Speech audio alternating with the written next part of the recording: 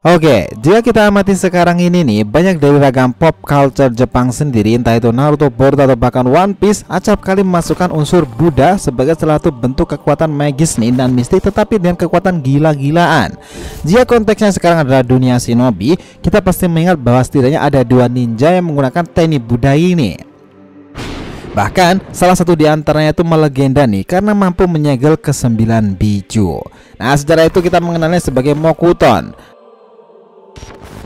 Dari dalam dunia shinobi ini dikatakan sebagai Kekkei Genkai yang sangat langka dan sangat kuat. Nah, pasalnya untuk saat ini kemampuan Mokuton ini hanya bisa dimiliki oleh seseorang yang telah menanamkan sel DNA Sodai Hashirama Senju ke dalam tubuh mereka itu.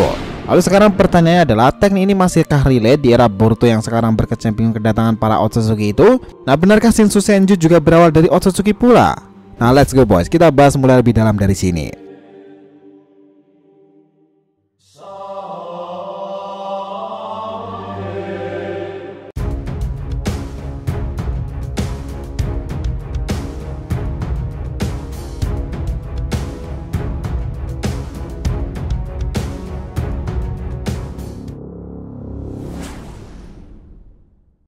Yo nakama Shinobi DR TV, welcome back again.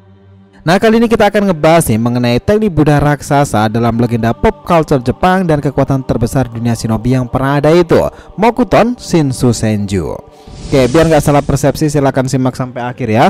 Jangan lupa like dan kasih respon di video kali ini. Kita lanjut. Nah, dengarkan ini baik-baik. Kita mungkin tak heran dalam kisah shinobi sendiri dahulu sempat muncul teknik-teknik Buddha. Salah satunya adalah milik Chiriku dan juga Asuma Sarutobi.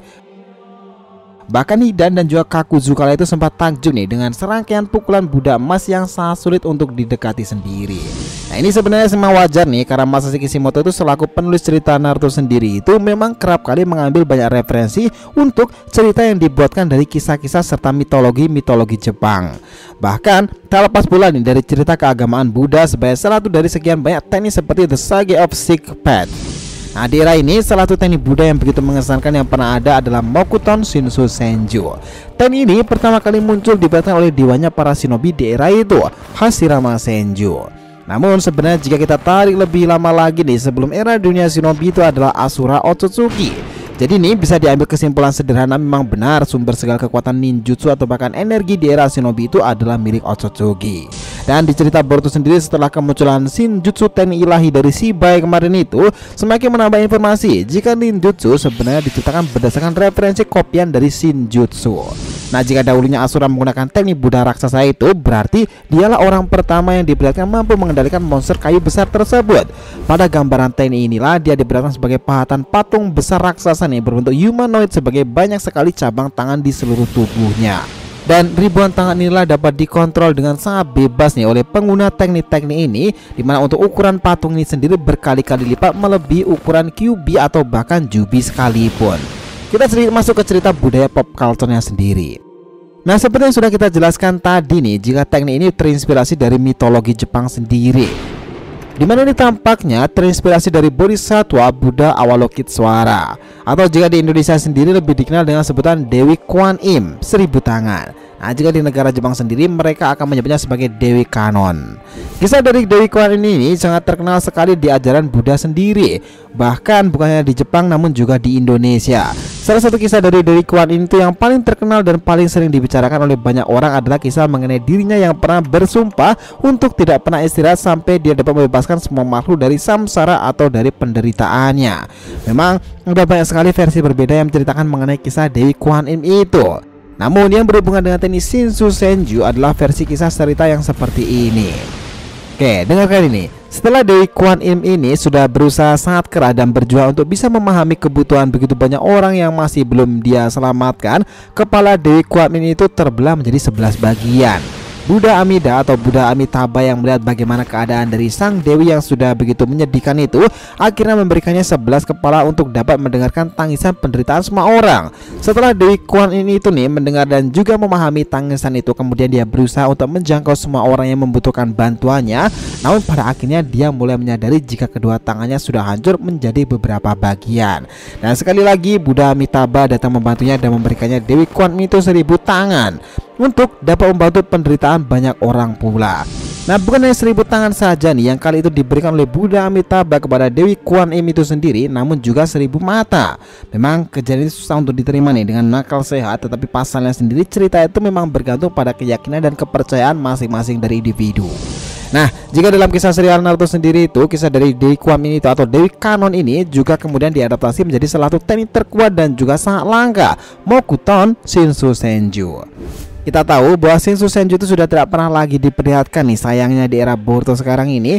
Bahkan di kisah Naruto dahulu pun hanya 3 orang saja yang diperlihatkan pernah menggunakan Shinsu Senju: Asura, Hashirama, serta Yamato yang pada saat itu tengah dikendalikan oleh Zetsu Spiral nih. Namun itu pun tampaklah tidak sempurna.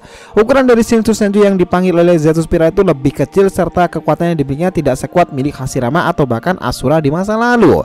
Karena itulah Karin itu dapat dengan mudah menghancurkannya menggunakan teknik rantainya tersebut. Untuk Shinsu Senju sendiri milik Hashirama itu belum pernah sekalipun nih diperlihatkan mengalami kerusakan yang sangat parah, meskipun sudah mendapatkan serangan telak dari seekor Kyuubi yang sudah dilapisi dengan Susanoo yang sangat besar sekalipun. Apakah seorang nanti akan mampu membangkitkan Shinsu Senju asal ia memiliki DNA dari keturunan Asura Otsutsuki? Kita tahu pula nih bahwa dalam agama Buddha itu konsep dari reinkarnasi itu hanya memindahkan batinnya saja, sedangkan untuk tubuh serta fisik mereka itu akan baru lagi, dan jiwa mereka yang sudah bereinkarnasi itu akan sepenuhnya memiliki kesadaran yang baru pula. Nah, inilah yang terjadi kepada para reinkarnasi Asura, termasuk pula Naruto dan juga Hashirama kala itu. Baik Naruto maupun Hashirama itu mereka sama-sama memiliki setengah cakra serta kekuatan yang dimiliki oleh Asura di masa lalu. Nah, jika kalian masih ingat nih, Asura itu bukan hanya bisa menggunakan kemampuan Mokuton dan juga teknik tertingginya Shinsu Senju itu, namun dia juga bisa menggunakan rasengan seperti halnya Nana Daime. Inilah kenapa nih kita mengaitkan jika baik Naruto maupun Hashirama itu mereka sama-sama memiliki setengah cakra serta kekuatan yang dimiliki Asura di masa lalu. Pasalnya masing-masing dari mereka mewarisi kekuatan yang berbeda dari Asura. Nah, jadi sampai sekarang ini nih cerita tentang Shinsu Senju kehebatannya itu bisa saja hanya tinggal folklore lama nih jika tak ada momen di masa depan untuknya kembali dipergunakan. Padahal teknik dunia adalah sumber semua masalah untuk mengancam keberadaan Susanoo dan juga 9 Biju juga loh. That's really interesting technique. Gimana pendapat kalian? So, itulah tadi nih pembahasan kita mengenai teknik Buddha raksasa dalam legenda pop culture Jepang dan kekuatan terbesar dunia shinobi yang pernah ada, Mokuton Shinsu Senju. Thanks a lot guys, selamat nonton video ini and we'll be come back again.